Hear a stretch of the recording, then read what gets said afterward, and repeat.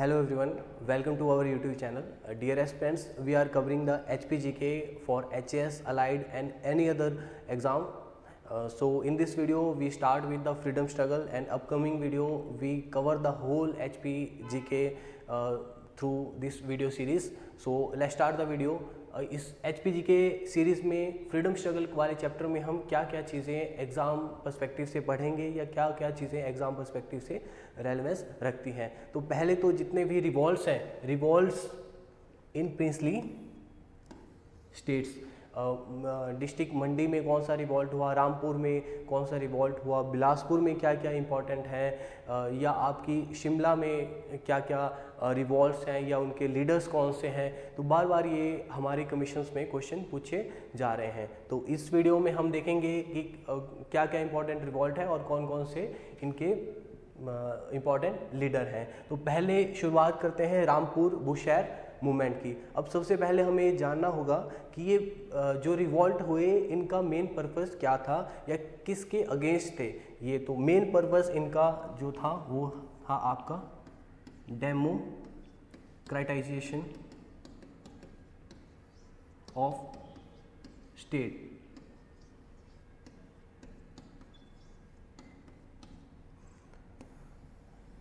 Democratisation of state का मतलब क्या है कि हमने जो सोर्स ऑफ पावर है वो किंग से छीन के लोगों के बीच में लाना है, या इलेक्टेड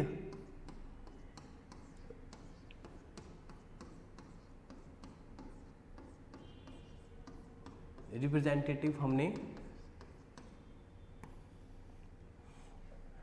इलेक्टिव रिप्रेजेंटेटिव सिस्टम हमने हिमाचल प्रदेश में लाना है। तो इसके लिए डेमोक्रेटाइजेशन के लिए कुछ लीडर्स उभरे, उन्होंने हर एक प्लेस पे आपके रिवॉल्ट करी या मूवमेंट स्टार्ट करी बेस लेवल से। इसमें मेन रोल रहा आपका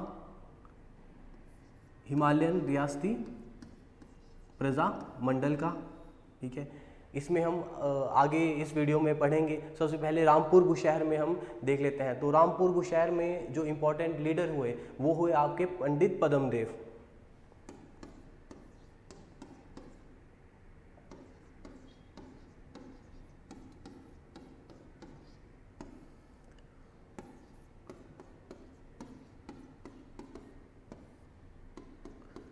पंडित पद्मदेव जी ने ये रामपुर बुशहर में मूवमेंट चलाया। अब क्या रीज़न था इसका?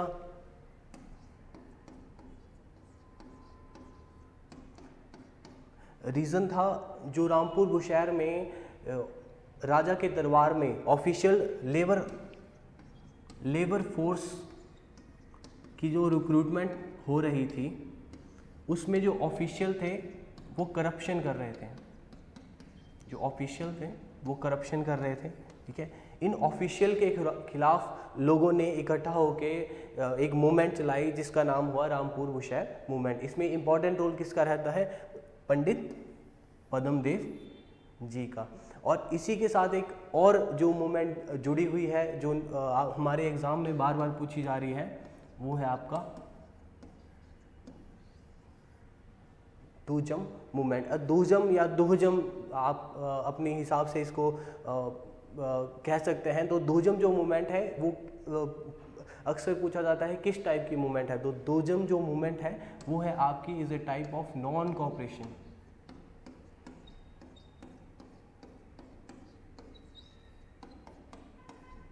नॉन कॉपरेशन आपने मॉडर्न हिस्ट्री में कवर किया होगा कि it is a type of non cooperation movement. अब non cooperation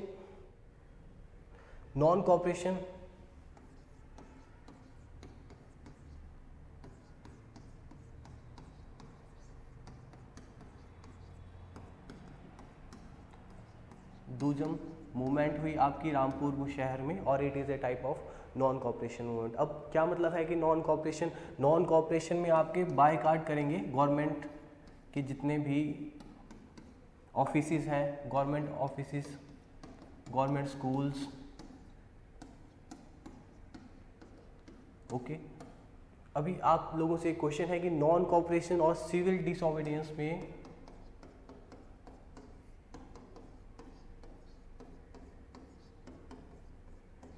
civil disobedience movement में मेन डिफरेंसेस क्या है। तो नॉन कॉपरेशन, इसमें हम बायकॉट करेंगे गवर्नमेंट ऑफिशियल्स की, स्कूल्स की या गवर्नमेंट प्लेसेस की। उसी तरह सिविल डिसोबीडियंस में भी हम बायकॉट करेंगे, लेकिन सिविल डिसोबीडियंस में एक स्टेप अहेड है। इसमें क्या है कि इसमें जो लॉ है उसको ब्रेक किया जाता है।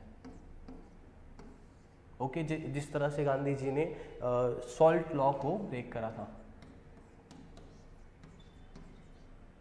नॉन कॉपरेशन में किसी तरह के लॉ को ब्रेक नहीं करते हैं, लेकिन सिविल जो डिसोबीडियंस मूवमेंट है उसमें लॉ को ब्रेक किया जाता है गवर्नमेंट के खिलाफ रिवॉल्ट करने के लिए। तो हमने पढ़ा फ्रीडम, हम बढ़ रहे हैं freedom struggle of Himachal Pradesh. इसमें हमने कवर कर रहे हैं इंपॉर्टेंट रिवॉल्ट्स इन प्रिंसली स्टेट। अब इन रिवॉल्ट्स में एक इम्पॉर्टेंट रिवॉल्ट आता है रामपुर बुशहर का। रामपुर बुशहर में जो रिवॉल्ट हुआ वो 1859 डेट 1859 में जो वहाँ के ऑफिशियल थे, गवर्नमेंट ऑफिशियल थे, उन्होंने जो लेबर रिक्रूटमेंट हो रही थी उसमें उन्हें हाई हैंडलनेस दिखाई या करप्शन वो कर रहे थे। तो लोगों ने इकट्ठा होकर इसके खिलाफ मूवमेंट चलाई जो रामपुर बुशहर मूवमेंट कहलाई। अब रामपुर बुशहर के इंपॉर्टेंट लीडर की बात करें तो क्या नाम था उनका?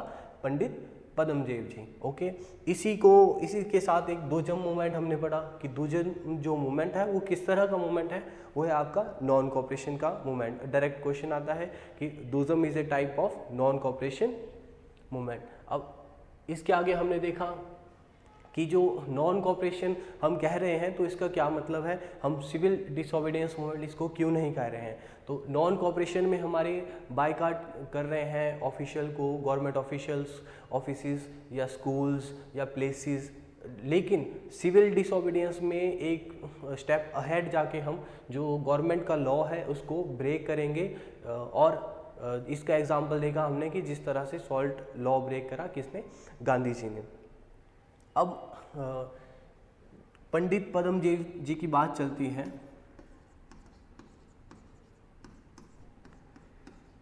तो ये एक इम्पॉर्टेंट जो आप नेशनलिस्ट कह सकते हैं हिमाचल प्रदेश से, इनकी कुछ और हम कंट्रीब्यूशन देख सकते हैं। तो इनकी जो इम्पॉर्टेंट कंट्रीब्यूशन है, रीत मैरिज को अबॉलिश करने में भी रही है।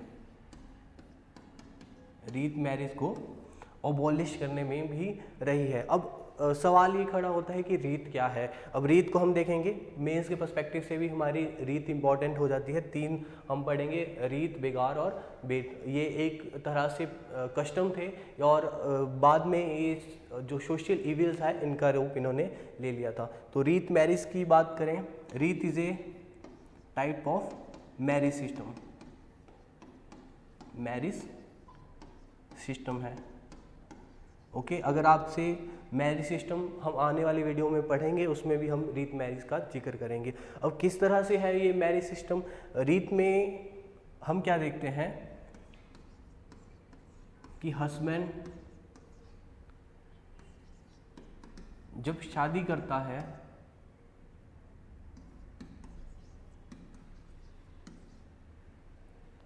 he gives a certain amount of money to the wife father. He gives a certain amount of money to the wife father. Husband wife के फादर को एक मनी देता है शादी करने के लिए। इस मनी को कहते हैं हम रीत मनी,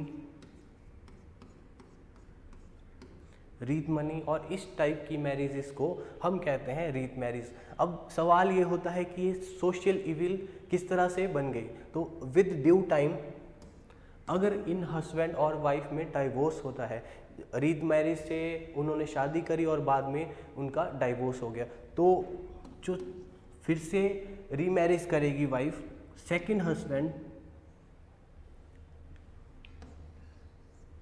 सेम वाइफ है, पहले हस्बैंड से डाइवोर्स हो जाता है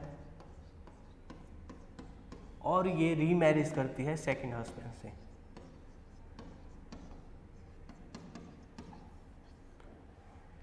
तो जो सेकंड हस्बैंड है उसे शादी करने के लिए पहले हस्बैंड को रीत मनी देने पड़ेगी, जितने अमाउंट इस पहले हस्बैंड ने इसके फादर को दिया था। फिर से बता देता हूँ कि रीत मैरिज में जब एक हस्बैंड वाइफ से शादी करता है तो उसके वाइफ के फादर को पैसे देते हैं। इस पैसे को क्या कहते हैं हम? रीत मनी। अब रीत मनी से जब शादी हो जाती है, अगर उनका बाई चांस डाइवोर्स हो जाता है और रीमैरिज वो आगे करते हैं, तो सेकंड हस्बैंड वही रीत मनी वापस करेगा फर्स्ट हस्बैंड को। इस तरह से विद ड्यू टाइम ये जो रीत है इसने एक नई फॉर्म ले ली है, जिसे कहते हैं sale and purchase of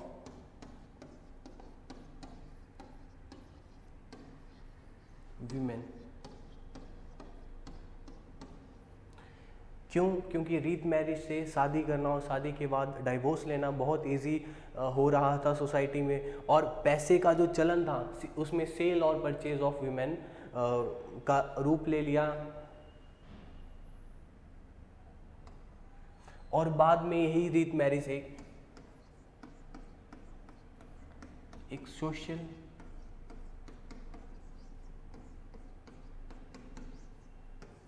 evil बन के उभरी, और जिससे विमेन एक्सप्लॉयटेशन या विमेन ट्रैफिकिंग, शिमला जो हमारा रीजन है उसमें इंक्रीज हो जाती है। ओके, तो इस जब विमेन ट्रैफिकिंग शिमला में या sale and purchase of women increase हो जाती है, तो इसके खिलाफ कौन खड़े होते हैं? पंडित पदम देव जी, इंपॉर्टेंट। ठीक है, तो हमने देखा किस तरह से रीत मैरिज में कंट्रीब्यूशन रही पंडित पदम देव जी की। और पंडित पदम देव जी की अगर बात चली है तो इन्होंने he was instrumental in conversion of Samuel, एक फॉरेनर है सैम्यूल इवॉन स्टोक्स, ये एक फॉरेनर है। सैम्यूल इवॉन स्टोक्स एक फॉरेनर है, इनको हिंदुइज्म में कन्वर्ट करने के लिए भी इनका इम्पोर्टेंट रोल रहता है। सैम्यूल इवॉन स्टोक्स पंडित पद्मदेव जी की पर्सनैलिटी से प्रभावित होकर हिंदुइज्म को अडॉप्ट करा, और इन्होंने भी फिर फ्रीडम स्ट्रगल में कंट्रीब्यूशन करा। अब कन्वर्ट करके क्या नाम रखा इन्होंने? सत्यानंद स्टोक्स।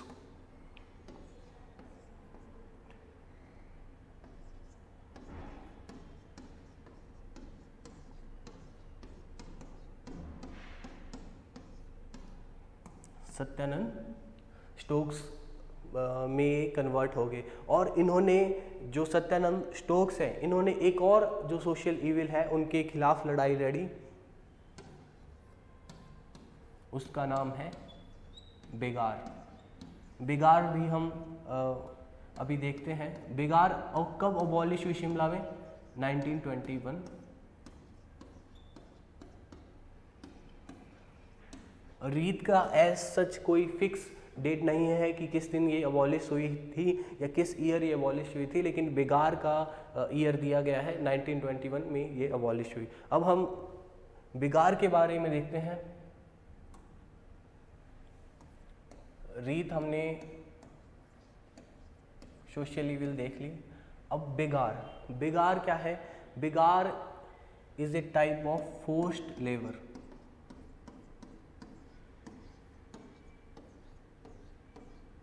फोर्स्ड लेबर है, या हम कह सकते हैं कि कंपल्सरी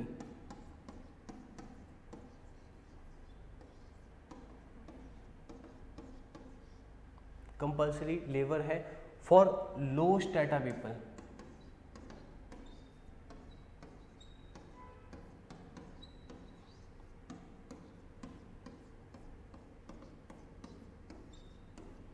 लो स्टेटा में किन लोगों को माना जाता था कि इसमें जो लो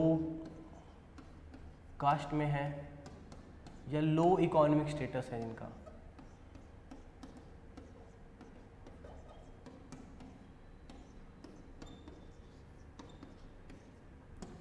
उनको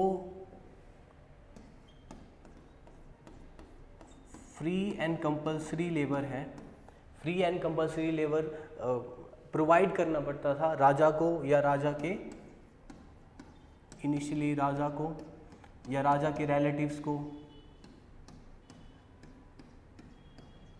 बाद में ब्रिटिशर्स को।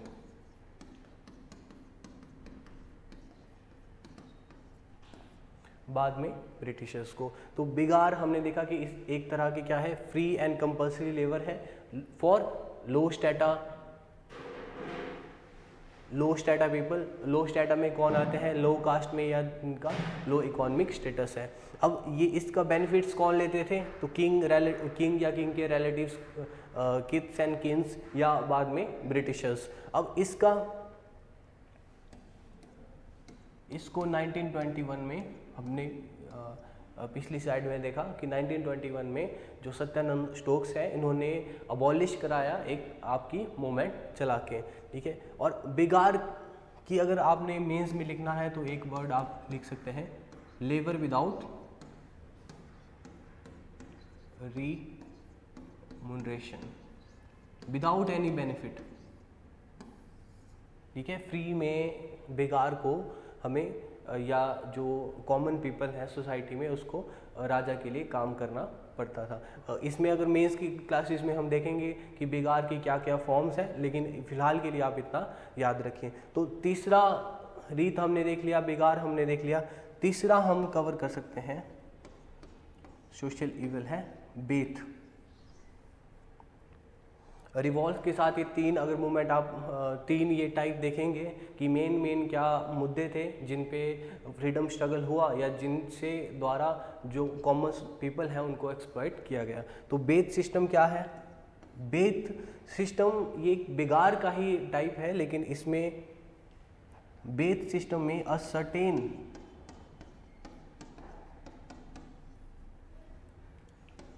रीजन और पार्सल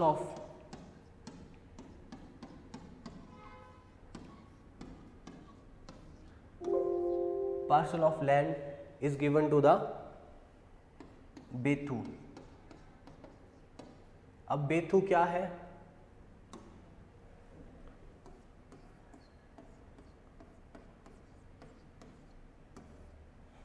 बेथू क्या है, बेथू वो पीपल हैं, वो लोग हैं जो बेथ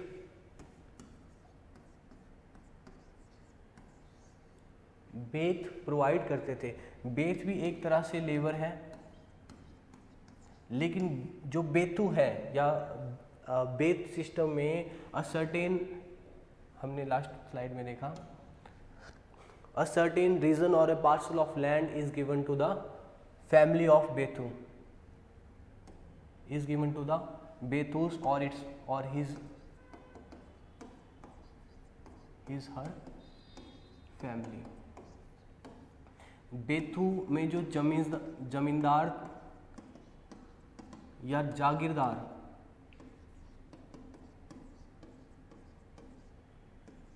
बेथू में जमींदार या जागीरदार इन्वॉल्व होते हैं, उसमें एक बड़े लैंड के रीजन में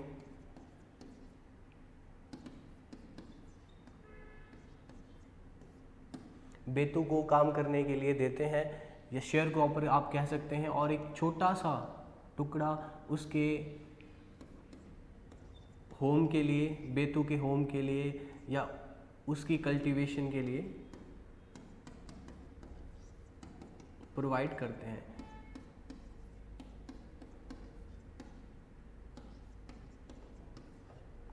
इस छोटे से बेथू लैंड में लैंड को लेने के लिए जमींदार के पूरे इस रीजन में उस बेथू को काम करना पड़ता था। फिर से मैं बता देता हूँ कि जमींदार जो अपनी लेबर है या जो और लोग हैं जमींदारों के घर काम करते हैं, उनको जमींदार की पूरी ज़मीन में काम करने के बदले एक छोटा सा लैंड का टुकड़ा प्रोवाइड होता था, जिसे हम कहते हैं बेथू लैंड। और इस बेथू लैंड में वो जो बेथू की फैमिली है वो अपना घर भी बना सकती है या अपनी जो खुद की सस्टेनेंस के लिए कल्टीवेशन या एग्रीकल्चर प्रोडक्शन भी कर सकती है। बदले में फ्री में उसको जमींदार या जागीरदार की पूरी लैंड में काम करना पड़ता था। ये था हमारा बेतु सिस्टम। एक बार फिर से हम रिवाइज कर लेते हैं। रीत एक तरह से सोशल इविल है जो बाद में जिसने रूप ले लिया था आपका विमेन ट्रैफिकिंग का। उससे पहले देख लें कि रीत में क्या है। रीत में आपका एक मैरिज टाइप है। मैरिज टाइप में क्या है कि हस्बैंड और वाइफ में जब शादी होती है तो हस्बैंड उसके फादर को, वाइफ के फादर को एक रीत मनी ऑफर करता है, और अगर इन केस उनका डाइवोर्स हो जाता है तो जो सेकंड हस्बैंड से शादी करती है तो सेकंड हस्बैंड को पहले हस्बैंड के लिए आपकी रीत मनी प्रोवाइड करनी पड़ती थी। और विद ड्यू टाइम ये हमारी विमेन ट्रैफिकिंग का रूप ले लेता है और एक सोशल इविल के रूप में उभरता है। इसके लिए काम करा था पंडित पद्म देव जी ने। अब पंडित पद्म जी ने और काम क्या करा था कि सैमुअल इवान स्टोक्स को भी ये प्रभावित हुए थे और ये हिंदुइज्म में कन्वर्ट हुए थे। सैमुअल इवान स्टोक्स ने अपना नाम बदल के क्या रखा था, सत्यानंद स्टोक्स। और सत्यानंद स्टोक्स जी का जो इम्पोर्टेंट रोल है वो किस में है, बिगार में। बिगार अबॉलिश हुई थी 1921 में। ओके 1921 में बिगार हमने देख लिया। It is a type of free and compulsory labour. Okay Britishers ने भी इसका बहुत इस्तेमाल करा और आपका राजा या रिलेटिव्स में भी इसका बहुत फ़ायदा उठाया। अब बेतु सिस्टम में जमींदार के घर बेतु को काम करना पड़ता था और उसके बदले में बेतु को एक छोटा सा लैंड का टुकड़ा या लैंड का हिस्सा मिलता था। किससे, जो जागीरदार या जमींदार थे। इस तरह से हमने 3 ये चीज़ें देख ली, ठीक है। 2 हमने लीडर देख लिए, सत्यानंद स्टोक्स और पंडित पद्म देव जी, और दुर्जम मूवमेंट और रामपुर बुशैर मूवमेंट हमने पढ़ ली। अब जो नेक्स्ट हम पढ़ेंगे वो पढ़ेंगे धामी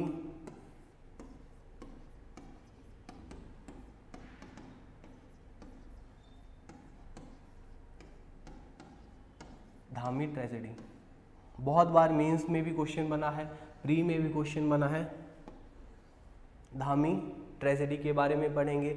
धामी ट्रेजेडी क्या है, कौन कौन से इंपॉर्टेंट लीडर इसमें इन्वॉल्व रहे हैं और किस तरह से ये ऑर्गेनाइजेशन, इसमें जो ऑर्गेनाइजेशन बनी थी ये किस तरह से इवॉल्व हुई है। तो सबसे पहले हम देखेंगे कि प्रेम प्रचारणी धामी सभा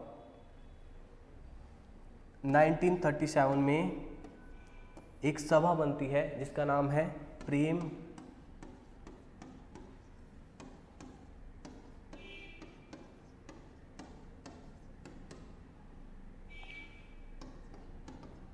प्रचारणी सभा धामी। इनिशियली ऑर्गेनाइजेशन का 1937 में ये नाम रहता है। क्या नाम है, प्रेम प्रचारणी सभा धामी 1937 में, और बाद में कन्वर्ट होती है धामी रियासती प्रजामंडल।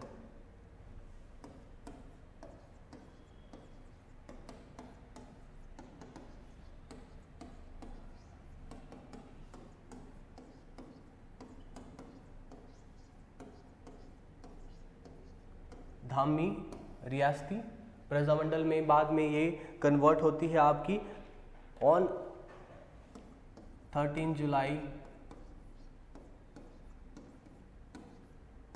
1937 में। और इसके बाद इनके एक इम्पॉर्टेंट लीडर रहते हैं श्री सीताराम। श्री सीताराम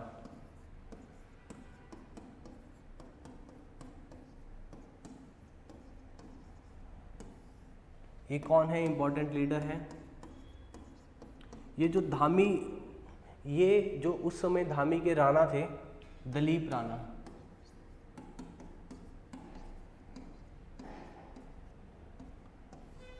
श्री सीताराम जी दलीप राणा के पास जाते हैं और अपनी कुछ डिमांड्स कहते हैं कि हमें डेमोक्रेटाइजेशन के लिए या हमें धामी के वेलफेयर के लिए कुछ हमारी डिमांड्स है। वो क्या क्या डिमांड रहती है, एक तो ये बात करते हैं कि जो लैंड रिवेन्यू है उसको रिड्यूस किया जाए, रिडक्शन ऑफ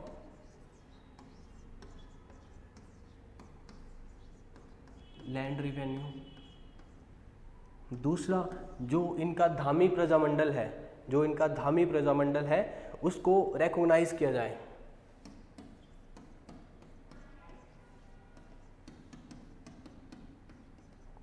एक तरह की उनकी ऑर्गेनाइजेशन है धामी प्रजामंडल, उसको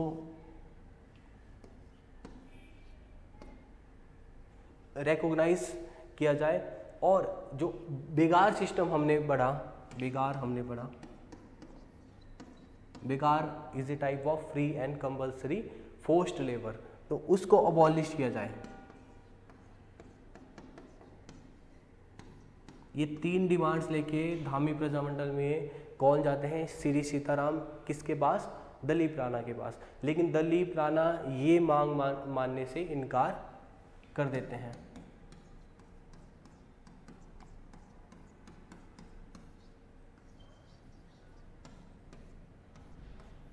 ओके, सारी जो इनकी डिमांड्स हैं ये इनके मानने मतलब इनको मानने से दलीप राणा इनकार कर देते हैं। अब इस मूवमेंट को आगे कौन बढ़ाते हैं?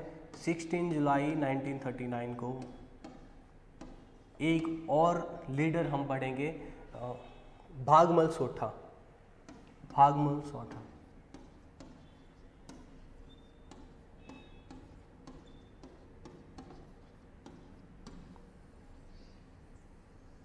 मेंस के पर्सपेक्टिव से भी ये आपका धामी प्रजामंडल है, इनके लीडर हैं या इनकी डिमांड्स हैं, इंपॉर्टेंट रहती है। तो आपने याद रखना है कि 16 जुलाई 1939 को भागमल सोठा एक और इस मूवमेंट को आगे बढ़ाते हैं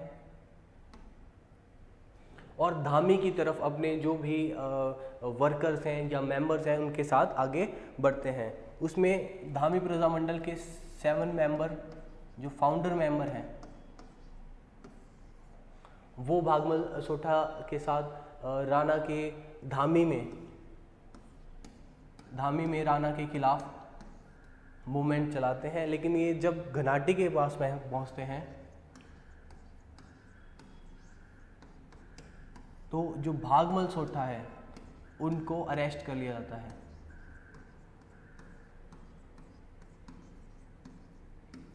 भागमल सोठा को अरेस्ट कर लिया जाता है जो मूवमेंट है उसको सप्रेस करने के लिए।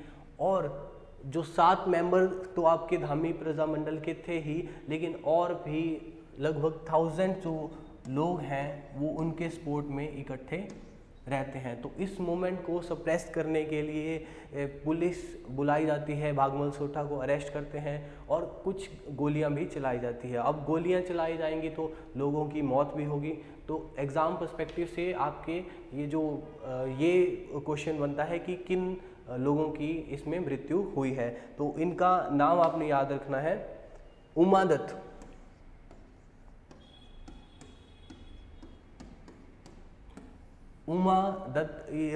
उमादत्त और दुर्गा। उमादत्त और दुर्गा 2 ऐसे फ्रीडम स्ट्रगलर हैं जिनकी धामी गोली कांड में मृत्यु होती है। ठीक है, भागमल सोठा, उमादत्त और दुर्गा। भागमल सोठा इसके इम्पोर्टेंट लीडर हैं और उमादत्त और दुर्गा इस पूरे जो धामी गोली ट्रेजेडी है उसमें मारे जाते हैं। अब इसी चीज़ को रिस्पॉन्स करते हैं हमारे जवाहरलाल नेहरू जी और गांधी जी।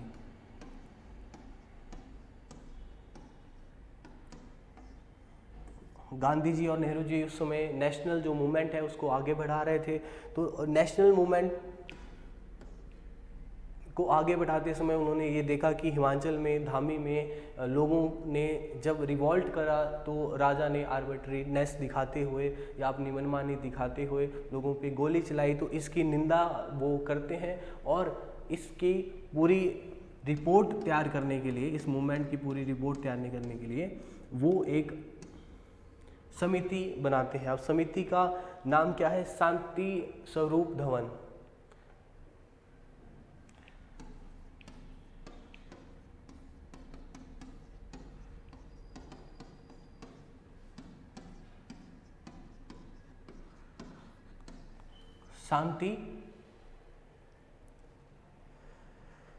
शांति स्वरूप धवन को ये भेजते हैं जो उस समिति का हिस्सा हैं और ये उनको कहते हैं कि आप धामी गोलीकांड है उस पर एक रिपोर्ट तैयार कीजिएगा। ठीक है, दुनी चंद और सुमन देव भी दो एक उससे, दुनी चंद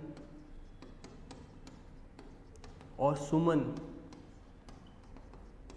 देव भी आपने याद रखना है कि ये दो लोग भी इससे जुड़े हुए थे। किससे? आपकी जो रिपोर्ट तैयार करने के लिए नेहरू जी ने लोग भेजे थे। ठीक है, इस तरह से हमने देखा धामी गोली कांड। फिर से हम रिवाइज कर लेते हैं।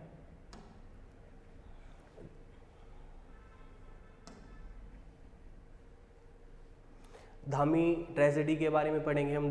धामी ट्रेजेडी 1939 ईयर में हुई है। 1937 में पहले एक ग्रुप बनता है प्रेम प्रचारणी सभा धामी। ओके, इसमें कुछ जो इम्पोर्टेंट एजुकेटेड पीपल हैं रीजन के, वो इकट्ठे होके एक ग्रुप बनाते हैं। अब धामी रियासती प्रजामंडल में कन्वर्ट होता है कब? 13 जुलाई 1939 में। और धामी जो प्रजामंडल है उसके लीडर रहते हैं श्री सीताराम। अब श्री सीताराम जी दलीप राणा जो धामी के उसमें राणा थे उनके पास जाते हैं अपनी डिमांड्स लेके।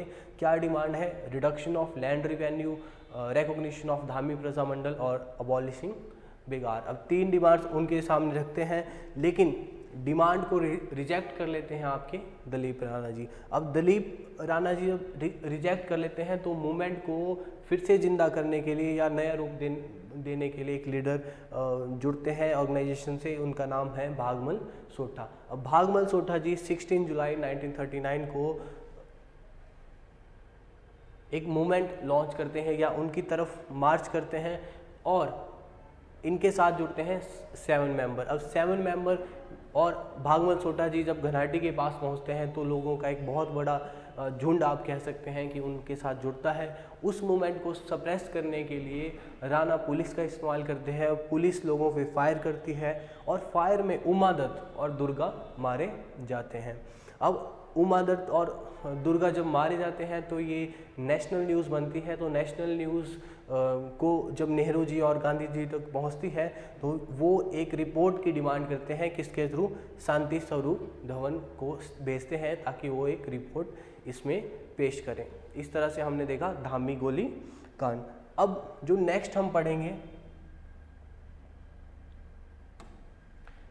पढ़ेंगे वो पढ़ेंगे हम मंडी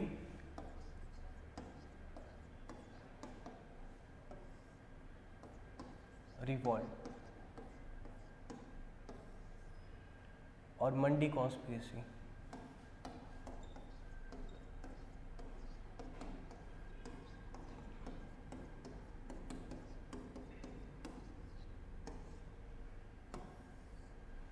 ये जो मूवमेंट है अगर आप पहली बार पढ़ रहे हैं तो आपको लीडर याद रखने में या डेट याद रखने में दिक्कत आएगी, लेकिन हमें ये समझना होगा कि जो हिमाचल जीके है वो एक ड्राई सब्जेक्ट है। जो एग्ज़ाम में क्वेश्चन बनते हैं वो हमारे फैक्चुअल बेस पे बनते हैं और फैक्ट्स को हमने तभी हम इसको रेप्लिकेट कर सकते हैं एग्ज़ाम में ताकि हम उसे बार बार पढ़ें, रिवाइज़ करें। जितनी बार हम इसे रिवाइज़ करेंगे उतनी हम आसानी से उसे रिटेन कर सकते हैं। तो इसका कोई और शॉर्टकट नहीं है, यही एक शॉर्टकट है कि बार बार हम रिवाइज़ करें। अगर कुछ एस्पिरेंट्स हमारे साथ ऐसे जुड़े हैं जिन्होंने पहले ही चीज़ें कर रखी हैं तो वे इस वीडियो को एक रिवीजन के तौर पे भी ले सकते हैं। अगर वीडियो कुछ आपको स्लो लग रहा है तो आप 1.5 पे या 2 पे फॉरवर्ड करके देख सकते हैं। मंडी रिवॉल्ट की बात, मंडी कॉन्स्पिरेसी की बात करें तो जो मंडी में रिवॉल्ट हुआ वो मेनली वहाँ की एडमिनिस्ट्रेशन के खिलाफ हुआ, वजीर के खिलाफ हुआ। ठीक है, वजीर मेन आप कह सकते हैं कि एडमिनिस्ट्रेशन स्टेशन के खिलाफ असंतोष, डिसकंटेंटमेंट था एडमिनिस्ट्रेशन के खिलाफ, डिसकंटेंटमेंट था, असंतोष था। और एडमिनिस्ट्रेशन में कौन से वजीर थे जिनके खिलाफ ये रिवॉल्ट चला? तो आपने याद रखना उपाध्याय जीवानंद।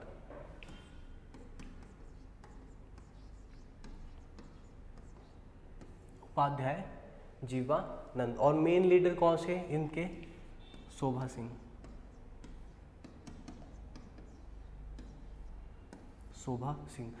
कुछ बुक्स में कंफ्यूजिंग है, लेकिन आपने ईयर इसमें याद रखनी है, 1909 इसकी ईयर है। मंडी रिवॉल्ट के बारे में, वजीर की एडमिनिस्ट्रेशन के खिलाफ वो एडमिनिस्ट्रेशन में मेन जो कल्प्रिट थे या जो टारगेट थे वो कौन थे? उपाध्याय जीवानंद। और जिस लीडर ने ये इम्पोर्टेंट रोल प्ले करा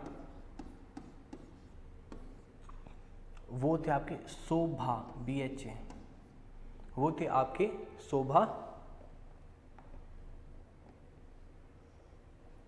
शोभा सिंह या शोभा राम। और इस मंडी रिवॉल्ट के बाद में मंडी कॉन्स्पिरेसी का भी जिक्र आता है। ये 1914 और 1915 के आसपास हुई मंडी कॉन्स्पिरेसी। अब ये क्या है मंडी कॉन्स्पिरेसी? मंडी कॉन्स्पिरेसी में इम्पोर्टेंट जो इन्फ्लुएंस रहा है वो रहा है गद्दार पार्टी का।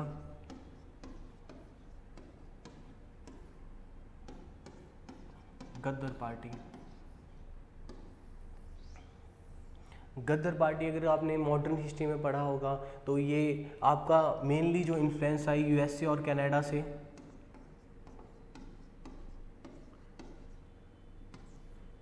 जब कुछ सिख को वापस भेजा गया तो इन्होंने एक रेवोल्यूशनरी वर्क करने के लिए ठानी। इसमें हम मॉडर्न हिस्ट्री में आपने पढ़ा होगा।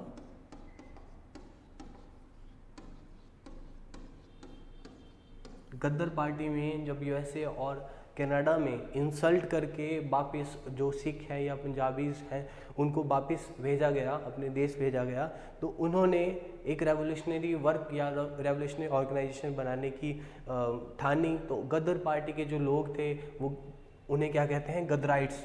जो गद्राइट्स थे वो पंजाब या नॉर्दर्न जितना भी रीजन है हमारा, हिमाचल, उत्तराखंड, उसमें फैल गए। तो इन्होंने जो लोकल रूरल है प्रिंसली स्टेट के रूलर है, इनके खिलाफ एक सीक्रेट ऑर्गेनाइजेशन के थ्रू वर्क करना स्टार्ट कर दिया। तो इसका जो इन्फ्लुएंस है वो हमारा मेनली इन्वॉल्व रहता है मंडी कॉन्स्पिरेसी में।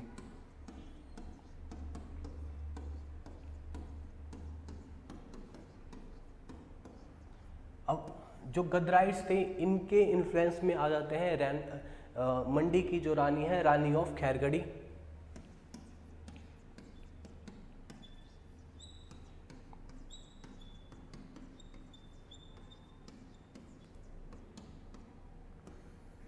रानी ऑफ खैरगढ़ी एंड जवाहर सिंह।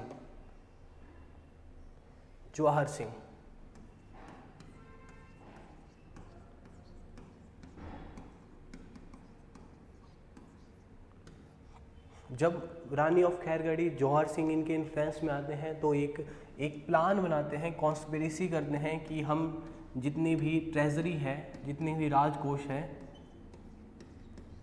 उसको लूट लेंगे और जो वहाँ का ब्रिज है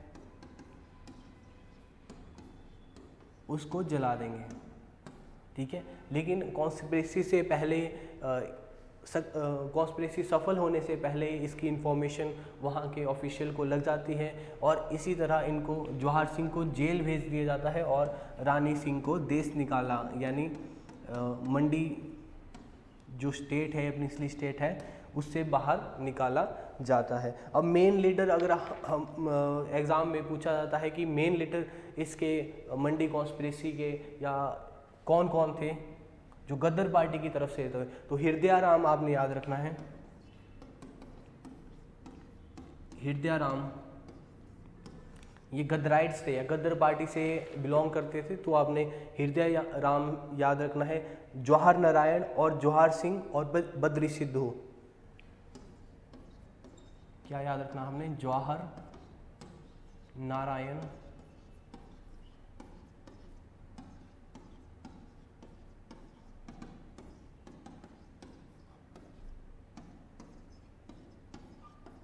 बद्री सिद्धू, ये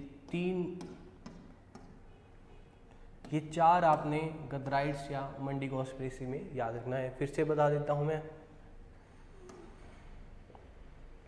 मंडी रिवॉल्ट और मंडी कॉन्स्पिरेसी की हम बात कर रहे हैं। मंडी रिवॉल्ट मेन किसके खिलाफ हुआ? वजीर की जो एडमिनिस्ट्रेशन थी उसके खिलाफ असंतोष था, डिसकंटेंटमेंट था पब्लिक में, ठीक है, उनके करप्शन के खिलाफ, करप्शन या फोर्स्ड लेबर, बेगार, लोगों में असंतोष था, इसलिए उन्होंने मंडी रिवॉल्ट करा 1909 में। अब कौन थे वजीर? उपाध्याय जीवानंद। और लीडर किसने? तो शोभा सिंह आपके इंपॉर्टेंट लीडर हैं। फिर बात करते हैं मंडी कॉन्स्पिरेसी की। मंडी कॉन्स्पिरेसी है आपकी 1914 टू 1915 के बीच में। इसमें मेनली जो इन्फ्लुएंस रहता है वो रहता है गदर पार्टी का। अब गदर पार्टी जब यूएसए और कनाडा से जो सिख हैं या पंजाबीज़ हैं उनको इंसल्ट करके वापस भेजा जाता है, तो वो रेवोल्यूशनरी ऑर्गेनाइजेशन बनाने की ठानते हैं, और रेवोल्यूशनरी ऑर्गेनाइजेशन के थ्रू जो प्रिंसली स्टेट्स हैं उसके जो किंग है, रूरल है, उनको डीथ्रोन करने की या उनकी ट्रेजरी को लूटने की योजना बनाते हैं। और मंडी में इसका इन्फ्लुएंस रहता है रानी ऑफ खैरगढ़ी और जवाहर सिंह पे। जवाहर सिंह और रानी ऑफ खैरगढ़ी उन गदराइट्स के साथ मिलके एक प्लान बनाते हैं। प्लान में है कि जो मंडी की ट्रेजरी है उसको लूटा जाएगा और जो वहाँ का ब्रिज है उसको जला दिया जाएगा। इसके प्लान के सक्सेस होने से पहले ही खबर ऑफिशियल तक पहुंच जाती है। तो जो ऑफिशियल हैं वो रानी ऑफ खैरगढ़ी, जो मंडी के ऑफिशियल हैं, मंडी एडमिनिस्ट्रेशन के या किंग के जो ऑफिशियल हैं, वो रानी ऑफ खैरगढ़ी को देश निकाला दे देते हैं और साथ में जो जवाहर सिंह हैं उनको जेल भेज देते हैं। अब इसमें गदराइट्स में गदर पार्टी की तरफ से किन किन लोगों का रोल रहा है? हृदय राम आपने याद रखना है, जवाहर नारायण आपने याद रखना है, जवाहर सिंह आपने याद रखना है और बद्री सिंह आपने याद रखना है। इस तरह से हमारी मंडी रिवॉल्ट और मंडी कॉन्स्पिरेसी हमारी कंप्लीट होगी। अब नेक्स्ट रिवॉल्ट हम पढ़ेंगे या बिलासपुर।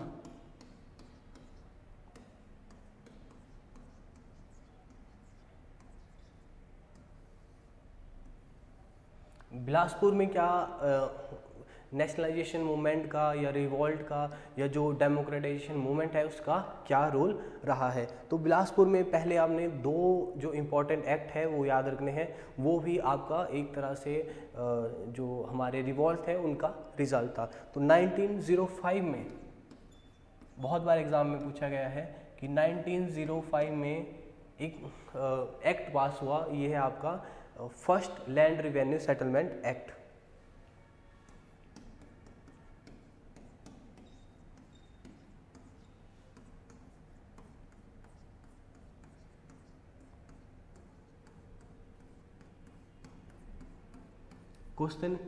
क्वेश्चन इस तरह से बन सकता है कि first land revenue settlement Bilaspur में कब हुई? तो 1905 आपने याद रखना है। दूसरी जो डेट है वो 1930 आपने याद रखना है, 1930। इसमें भूमि बंदोबस्त अभियान,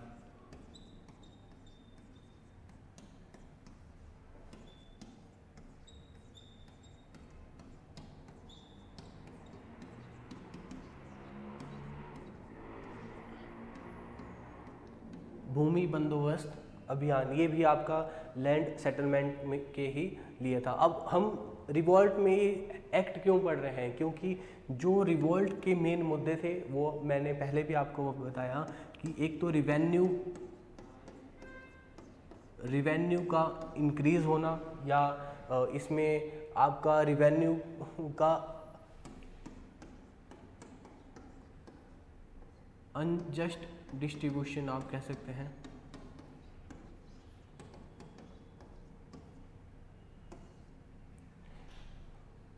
रिवेन्यू एक मुद्दा था रिवॉल्ट में। दूसरा जो था आपका फोर्स्ड लेबर, बेगार। ये दो कारण अगर आपको मेंस में कोई भी क्वेश्चन आएगा जिसमें आपका स्ट्रगल या रिवॉल्ट से है, तो आपने ये दो जरूर लिखने हैं कि रिवेन्यू इंक्रीज हुआ या रिवेन्यू सेटलमेंट एक इशू रहा है लगातार कांस्टेंट हिमाचल के स्ट्रगल में। और दूसरा अगर आप लिख सकते हैं कि बेगार जो फोर्स्ड लेबर थी या विदाउट रिम्यूनरेशन जो लेबर थी वो ली जाती थी। तो तीसरा अगर आप लिखें, तीसरा अगर आप मुद्दा लिखें तो डेमोक्रेटाइजेशन आप लिख सकते हैं।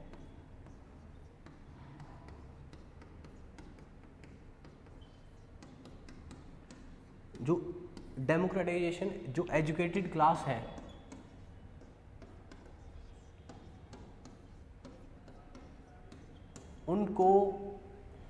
उनको एडमिनिस्ट्रेशन में हिस्सा चाहिए था। वो एडमिनिस्ट्रेशन में, वो राजा के एडमिनिस्ट्रेशन में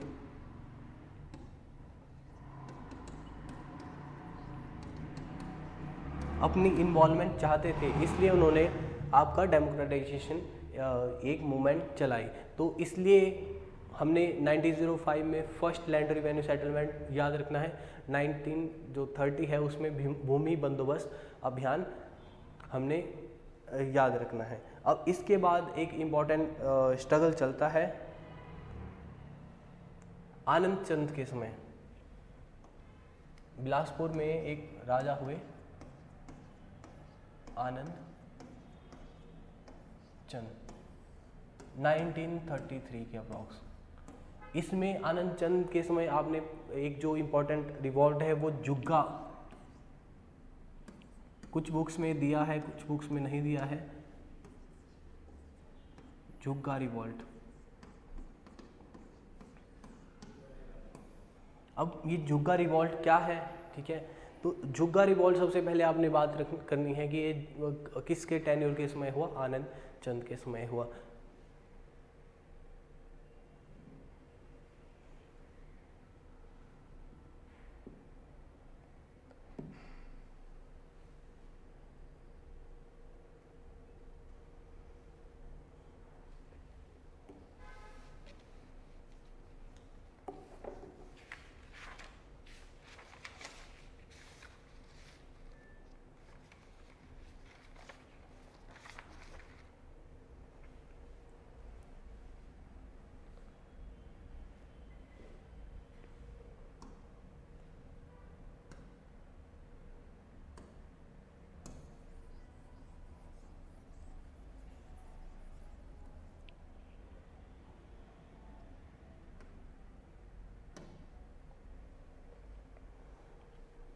एडमिनिस्ट्रेशन।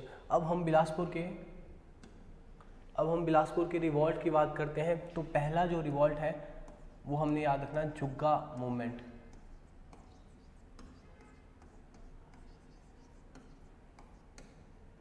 अब जुग्गा मूवमेंट किसके समय हुआ, तो आपने राजा का याद रखना है, अमरचंद।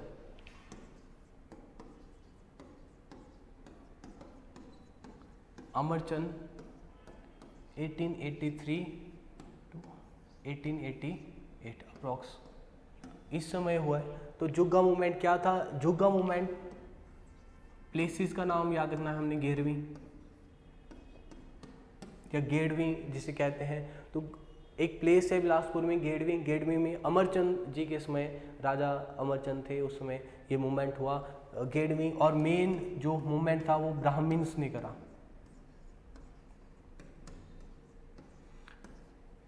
तो वहाँ के जो ब्राह्मण्स थे उन्होंने राजा के खिलाफ कुछ ग्रीवेंसेस थी उनकी, इसलिए उन्होंने प्रोटेस्ट करने के लिए झुग्गियों में रहना स्टार्ट कर दिया। स्टेट के बाहर उन्होंने स्टार्ट कर दिया झुग्गियों में रहना। झुग्गीस में रहना स्टार्ट कर दिया और प्रोटेस्ट करने के लिए। लेकिन राजा ने बहुत मनाने की कोशिश करी उन्हें, लेकिन ब्राह्मण्स अपनी जो मुद्दे थे उन पे अड़े रहे। एट द एंड जब राजा ने एक फोर्स भेजी उनको सप्रेस करने के लिए, या पुलिस फोर्स भेजी, तो जो ब्राह्मण्स थे उन्होंने अपनी झुग्गियों में आग लगा दी और खुद भी जल गए। और जब ये पूरा मूवमेंट हुआ तो इस मूवमेंट को कहते हैं जुग्गा मूवमेंट। तो जुग्गा एक गेड़वी के ब्राह्मण्स के द्वारा मूवमेंट, राजा के खिलाफ मूवमेंट चलाया गया, जिसमें जब राजा ने उस मूवमेंट को सप्रेस करने के लिए अपनी पुलिस फोर्स भेजी तो उस ब्राह्मण्स ने खुद को जला दिया और उन झुग्गियों को भी जला दिया। इस पूरे मूवमेंट को कहते हैं हम जुग्गा मूवमेंट। अब जो दूसरा इम्पॉर्टेंट मूवमेंट है बिलासपुर में, या जो दूसरा इम्पॉर्टेंट स्ट्रगल चला बिलासपुर में, ये हमने याद रखना है, आनंद चंद। अमरचंद हमने पढ़ा, जुग्गा मूवमेंट। अब दूसरा जो मूवमेंट हम पढ़ेंगे वो होगा हमारा आनंद चंद के समय। आनंद चंद ने अपनी एक पॉलिसी बनाई जिसमें है रिफॉर्म एंड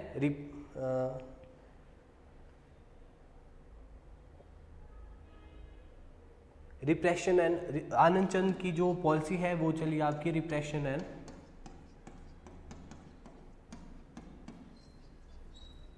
रिफॉर्म। आनंद चंद जी की पॉलिसी आपने याद रखनी है repression and reform policy, repression and reform. Reforms भी लाएंगे लेकिन जो मूवमेंट करेगा, जो लीडर मूवमेंट करेगा उसको सप्रेस भी करेंगे। तो ये किसकी पॉलिसी थी? आनंद चंद जी की। अब इस पॉलिसी के तहत इन्होंने एक फोर्स बनाई जिसका नाम है सेवा समिति,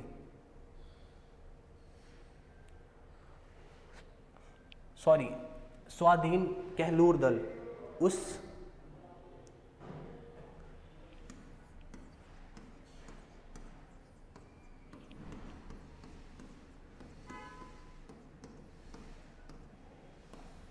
रिफॉर्म और रिप्रेशन पॉलिसी के थ्रू इन्होंने एक आर्मी बनाई, स्वाधीन कहलूर दल। अब ये क्यों बनाई? इन्होंने रिप्रेस करने के लिए, जो भी अगर मूवमेंट करेगा उसका रिप्रेशन करने के लिए उन्होंने स्वाधीन कहलूर दल बनाया। अब कौन रिफॉर्म या कौन मूवमेंट चला रहे थे? तो जो एजुकेटेड क्लास पीपल थे वो मूवमेंट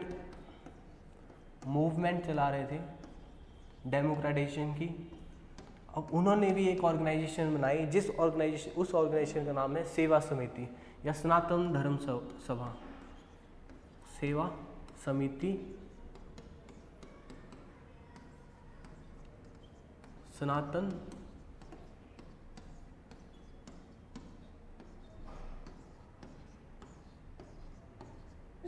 सेवा समिति और सनातन धर्म सभा। जो एजुकेटेड क्लास पीपल थी उन्होंने डेमोक्रेटाइजेशन के लिए या रिफॉर्म्स की डिमांड के लिए राजा के खिलाफ ऑर्गेनाइजेशन बनाई, सेवा समिति, सनातन धर्म सभा। और राजा ने, आनंद चंद ने सप्रेस करने के लिए मूवमेंट को क्या बनाई? स्वाधीन कहलूर दल। ये दो ऑर्गेनाइजेशन आपने याद रखनी है। अब इंपॉर्टेंट लीडर्स देख लेते हैं। तो दौलताराम सांख्यान और नरोत्तम दत्त शास्त्री। दौलतराम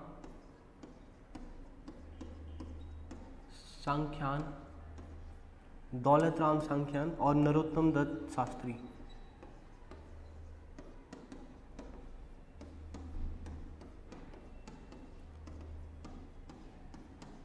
दौलतराम सांख्यान और नरोत्तम दत्त जो शास्त्री हैं, ये दो इम्पोर्टेंट लीडर हैं किसके? बिलासपुर के, आपके सेवा समिति के या सनातन धर्म सभा के। ठीक है, अब इनका क्या इन्फ्लुएंस रहा है? इन्होंने एक सेशन अटेम्प्ट करा, all India state people conference. ये भी आपने याद रखना है कि all India state people conference session. कौन सा सेशन? उदयपुर।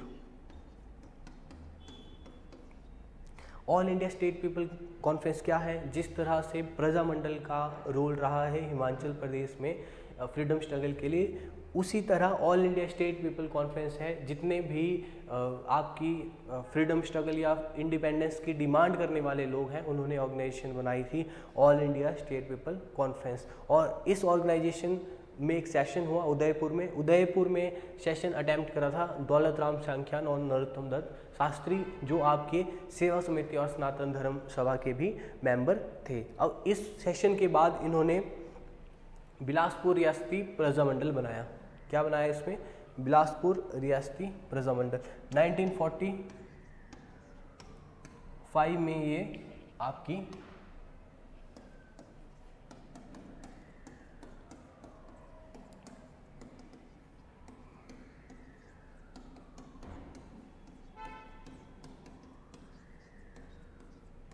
ऑर्गेनाइजेशन चली। तो बिलासपुर रियासती प्रजामंडल इन्होंने बनाया। फिर से हम एक बार रिवाइज कर लेते हैं।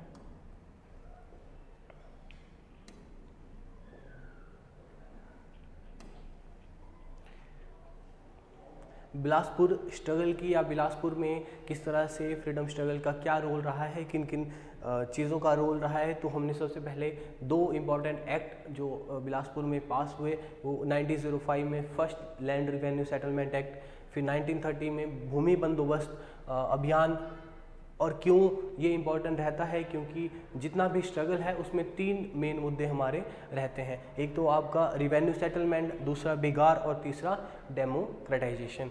अब इसके खिलाफ इसके इर्द गिर्द सारी जो मूवमेंट है वो हमारी चलती है। अब बिलासपुर में जुग्गा एक मूवमेंट हम पढ़ेंगे। तो जुग्गा मूवमेंट के अगर हम हमारे से पूछते हैं कि कौन से राजा के टाइम ये हुआ, तो हमारा आंसर रहेगा अमरचंद। अमरचंद जी के समय हुआ, 1883 टू 1888 के आसपास ये हुआ। तो जो अगर स्पेसिफिक प्लेस की बात करें तो गेडवी हमारा स्पेसिफिक प्लेस है। और गेडमी में किसने ये पार्टिसिपेट करा, तो ब्राह्मण्स ने। अब जब राजा ने इस मूवमेंट को सप्रेस करने की कोशिश करी तो ब्राह्मण्स ने खुद को आग लगा दी और जुग्गियों के साथ खुद जल पड़े। अब दूसरी जो इम्पोर्टेंट राजा है जो फ्रीडम स्ट्रगल में हमारा रहता है, तो आनंदचंद। 1933 की आसपास की बात है। 1930 या 33 में हमने देखा कि जो नेशनल मूवमेंट है उस स्तर पे जो हमारा सिविल डिसोबीडियंस एक हमारे उच्च स्तर पे हम कह सकते हैं कि नेशनल मूवमेंट चली हुई थी। तो इसका जो असर है वो हमारे बिलासपुर में भी हुआ। तो राजा ने इस मूवमेंट को सप्रेस करने के लिए एक पॉलिसी बनाई, जिस पॉलिसी का नाम हम देखेंगे कि रिप्रेशन एंड रिफॉर्म्स भी देंगे, लेकिन साथ में साथ जो लोग वहाँ पे रिवॉल्ट करेंगे उसको हम रिप्रेस करेंगे। तो जो राजा की तरफ से मूवमेंट को सप्रेस करने के लिए जो हमारी ऑर्गेनाइजेशन बनती है उसे हम कहते हैं स्वाधीन कहलूर दल। इसमें पुलिस आर्मी जो भी रिवॉल्ट करेंगे उनको सप्रेस करेंगे। लेकिन इसके खिलाफ दूसरी तरफ एजुकेटेड जो क्लास थी बिलासपुर की या हमारी हिमाचल की, तो उसमें एक ऑर्गेनाइजेशन डेवलप करते हैं जिसका नाम है सेवा समिति और सनातन धर्म सभा। अब सेवा समिति और सनातन धर्म सभा से प्रभावित होकर 2 व्यक्ति, दौलत राम सांख्यान और नरोत्तम दत्त शास्त्री, हमारे उदयपुर में all India state people conference का जो सेशन है वो अटेम्प्ट करते हैं। और जब उस सेशन को अटेम्प्ट करके आते हैं तो हमारा क्या बनाते हैं, बिलासपुर रियासती प्रजा मंडल। और इसी तरह बिलासपुर रियासती प्रजा मंडल के बाद 1 जुलाई 1954 में बिलासपुर रियासती प्रजा मंडल के लॉन्ग स्ट्रगल के बाद 1 जुलाई 1954 में बिलासपुर मर्ज हो जाता है किसमें, हमारे प्यारे हिमाचल में। ओके। अब इसमें एक और बात हमारे मन में आ सकती है कि जब 1944 15 अप्रैल 1948 को, हम इसको आगे वाले जो वीडियो है इसमें भी कवर करेंगे, लेकिन 15 अप्रैल 1948 में जब हमारा हिमाचल बना तो उसकी मेन कौन सी जो डिस्ट्रिक्ट रही है,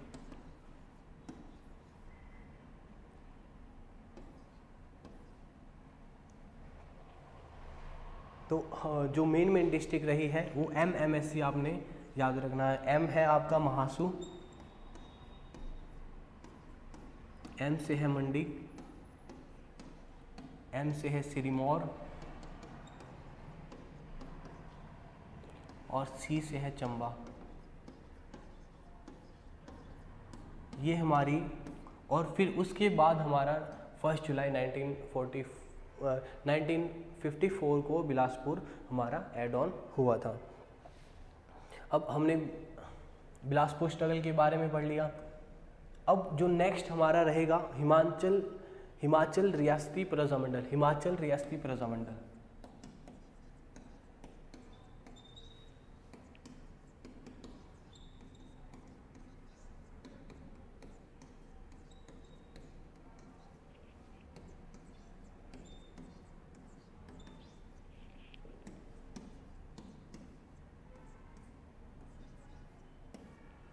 हिमाचल रियासती प्रजा मंडल के बारे में हम पढ़ेंगे।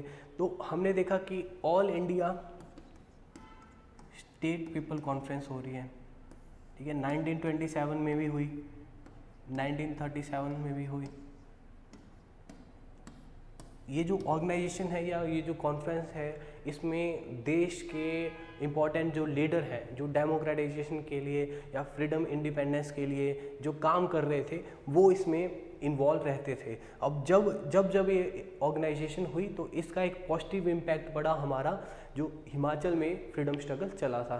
तो इसी के इम्पैक्ट से एक ऑर्गेनाइजेशन उभरती है जिसका नाम है हिमाचल रियासती प्रजामंडल। तो 1938 के आसपास ये ऑर्गेनाइजेशन उभरती है और इसका जो मेन मुद्दा है, जो हमने छोटे छोटे स्ट्रगल देखे, इसका जो मेन मुद्दा है उन छोटे छोटे स्ट्रगल्स में कंट्रीब्यूशन करना और हमारे जो हिमाचल को एक छोटी छोटी रियासतों को जोड़ के एक स्टेट बनाना, एक चीफ प्रोविंसेस बनाना और अल्टीमेटली एक स्टेट बनाना इनका काम है। तो मेन क्या मुद्दा क्या है, हमने पहले भी बात करी शब्द की, मैं बार बार रिपीट कर रहा हूँ। मेंस के एग्जाम में इस शब्द को आप लिख के आ सकते हैं कि डेमोक्रेटाइजेशन।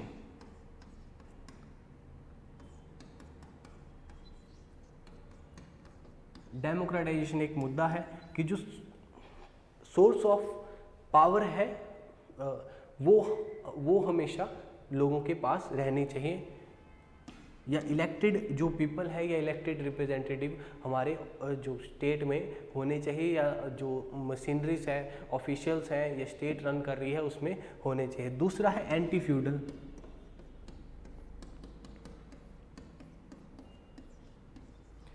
एंटी फ्यूडल, जो फ्यूडल सिस्टम चला था, लॉर्ड या सर्फ आप कह सकते हैं, या जो आप कह सकते हैं कि हेरिडिटरी, जो किंग डिसाइड हो रहे थे, उसको ख़त्म करना इनका मेन मुद्दा था। किसका? हिमालयन रियासती प्रजामंडल, सॉरी हिमाचल नहीं, हिमालयन है।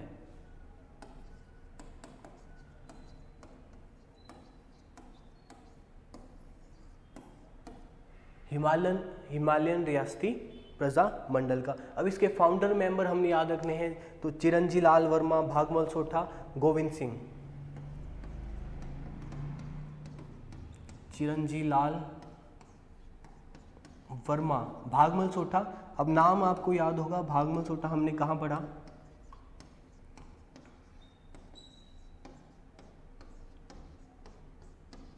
भागमल सोठा अगर आप नाम याद होगा तो हमने कहाँ पढ़ा? धामी गोली कांड में। चिरंजी लाल वर्मा, भागमल सोठा,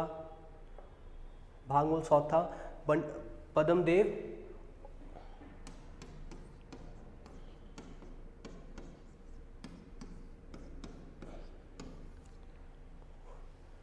और आपका सूरज प्रकाश का नाम आपने याद रखना है। आगे भी एक इम्पॉर्टेंट क्वेश्चन इनके बारे में हम पढ़ेंगे।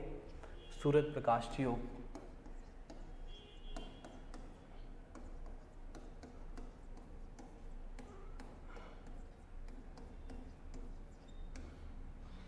ओके, तो ये हमारे हिमालयन रियासती प्रजामंडल के मेन जो मेंबर थे।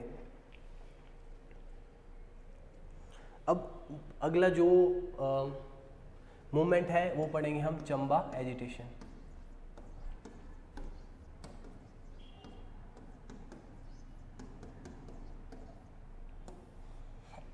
चंबा एजिटेशन क्या है? चंबा में किस तरह से जो प्रिंसली स्टेट में रिवॉल्ट हुआ उसका असर हुआ। तो चंबा में अगर आपसे शुरुआत में पूछेंगे तो कारण क्या था, कॉजेज क्या थे, चंबा एजिटेशन के क्या कॉजेज थे? तो इनिशियली मैंने बताया है कि कोई भी मूवमेंट है उसके 2 या 3 कॉजेज हैं। तो इसका जो पहला रीज़न है अनजस्ट रिवेन्यू कलेक्शन।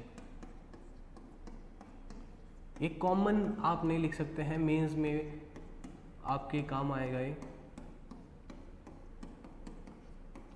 एक तो अनजस्ट रिवेन्यू कलेक्शन है, दूसरा याद कीजिए मैंने अभी बताया आपको, दूसरा रीज़न क्या है?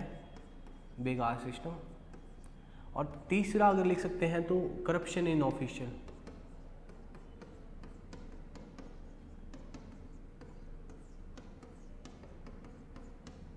या हाई हैंडलनेस ऑफ ऑफिसर्स। ये 3 मुद्दे कॉज रहे चंबा एजिटेशन के। अब कौन कौन सी ऑर्गेनाइजेशन इसमें इन्वॉल्व रही? तो चंबा पीपल डिफेंस लीग, 1932 में आपने याद रखना है चंबा पीपल डिफेंस लीग।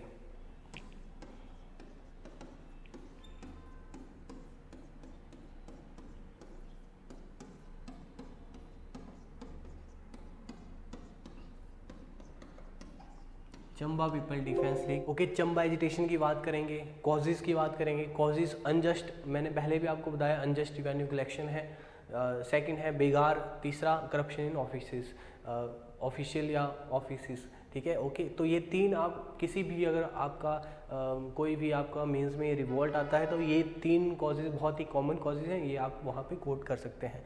तो चंबा एजिटेशन में 1932 में एक ऑर्गेनाइजेशन बनती है, चंबा पीपल डिफेंस लीग। अब चंबा पीपल डिफेंस लीग आगे ये कन्वर्ट होती है 1936 में।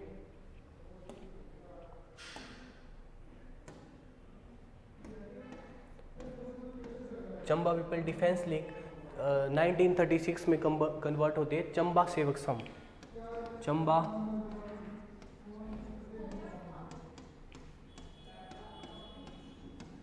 सेवक संघ में 1936 में। और फर्दर ये ऑर्गेनाइजेशन चंबा रियासती प्रजामंडल में मर्ज हो जाती है। दो ऑर्गेनाइजेशन चंबा रियासती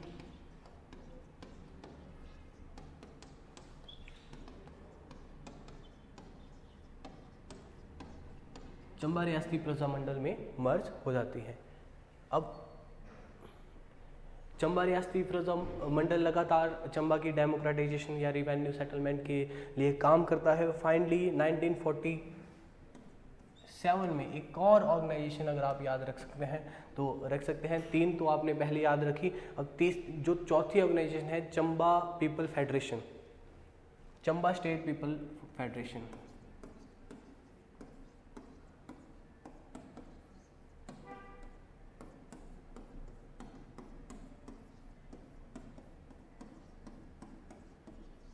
ये सारी ऑर्गेनाइजेशन काम करती है चंबा स्टेट के मर्जर में, ठीक है, और चंबा स्टेट की डेमोक्रेटाइजेशन में। और 15 अप्रैल 1948 को हमने देखा कि चंबा हमारा जो हिमाचल प्रदेश है उसमें मर्ज किया जाता है। अब एक बार रिवीजन कर लेते हैं इसका।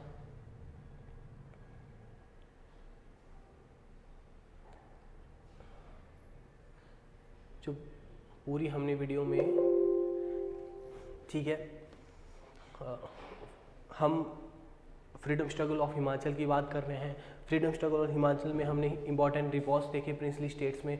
प्रिंसली स्टेट्स में रिवॉल्ट के क्या कारण रहे हैं मैंने पूरी वीडियो में अगर आपने देखा होगा तो एक तो आपकी डेमोक्रेटाइजेशन का मेन मुद्दा था, रिवेन्यू जो इंक्रीज रिवेन्यू था दूसरा वो मुद्दा था, तीसरा जो बेगार सिस्टम है, फोर्स्ड जो लेबर है, free and compulsory forced labour है, वो उनका मेन जो कॉज रहा है। रामपुर बुशहर में मूवमेंट की बात करते हैं तो इम्पॉर्टेंट लीडर हमारे पंडित पद्म देव जी रहते हैं। पंडित पद्म देव जी हिमालयन रियासती प्रजामंडल में भी इनका रोल रहता है। डेमोक्रेटाइजेशन ऑफ स्टेट्स हिमालयन रियासती प्रजामंडल का मेन मुद्दा है।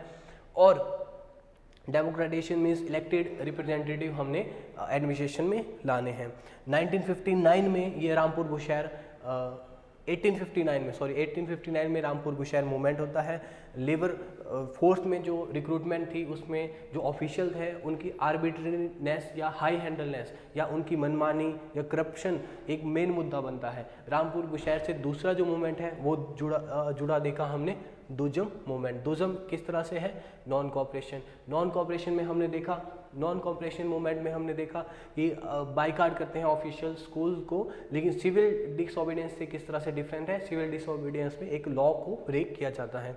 फिर हमने देखा पंडित पद्म देव जी का रोल रीत मैरिज में क्या है। रीत एक तरह से आपकी मनी का जो कॉन्सेप्ट हमने इसमें देखा कि सेल एंड परचेज हो रही है, उसमें रोल हमने देखा फिर पंडित पद्म देव जी किस तरह से प्ले करते हैं। और पंडित पद्म देव की पर्सनैलिटी का जो इम्पैक्ट है वो सैमुअल इवन स्टोक्स पे पड़ता है और वो हमारे सत्यानंद स्टोक्स बनते हैं। और वो दूसरी जो आपकी सोशल इविल है बेगार, उसको ख़त्म करने में एक इम्पॉर्टेंट रोल प्ले करते हैं।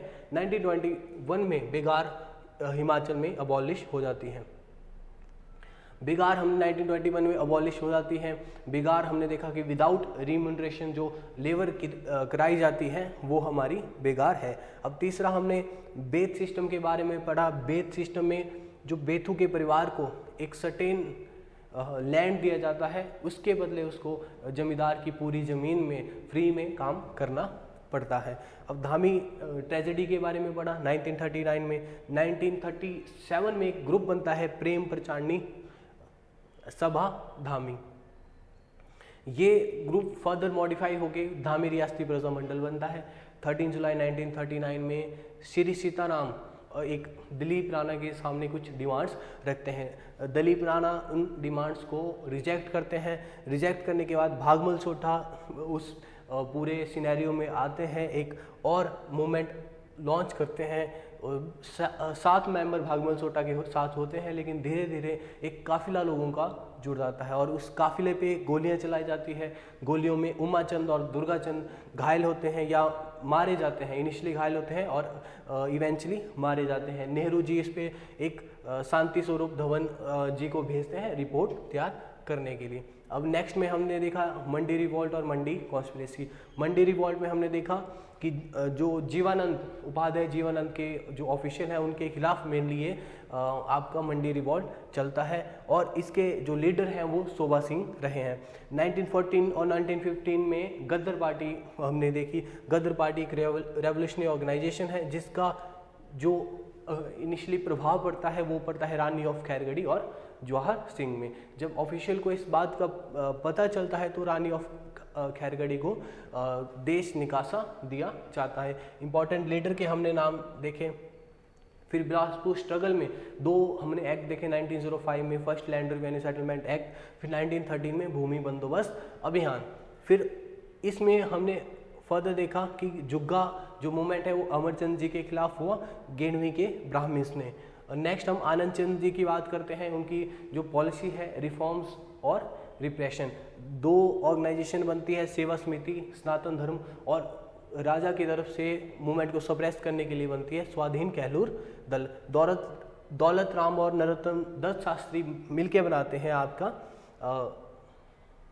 बिलासपुर रियासती प्रजा मंडल और 1 जुलाई 1954 को बिलासपुर मर्ज हो जाता है हमारे हिमाचल से। फिर हम देखते हैं कि हिमालयन रियासती प्रजामंडल का क्या रोल रहा है, हिमालयन रियासती प्रजामंडल पे क्या असर हुआ है all India state people conference का, और इनके फाउंडर मेंबर कौन से हैं, चिरंजी लाल वर्मा, भागमल सोठा और पंडित पद्मदेव। एट द एंड हम देखते हैं कि चंबा एजिटेशन में किन किन ऑर्गेनाइजेशन का रोल रहा, तो क्या क्या कॉजेज रहे। रोल है आपका Chamba people defence league, Chamba Sevak Sangh और चंबा रियासती प्रजा मंडल। एट द एंड जो चंबा के मर्जर में हमारे हिमाचल में ये काम करता है। इसी तरह हमने कुछ ऑर्गेनाइजेशन हमने होलिस्टिकली कवर कर चुके हैं और आने वाले वीडियो में हम जो कुछ रिवॉल्ट्स बचे हैं उनको कवर करेंगे। Thank you for watching the video. Have a nice day.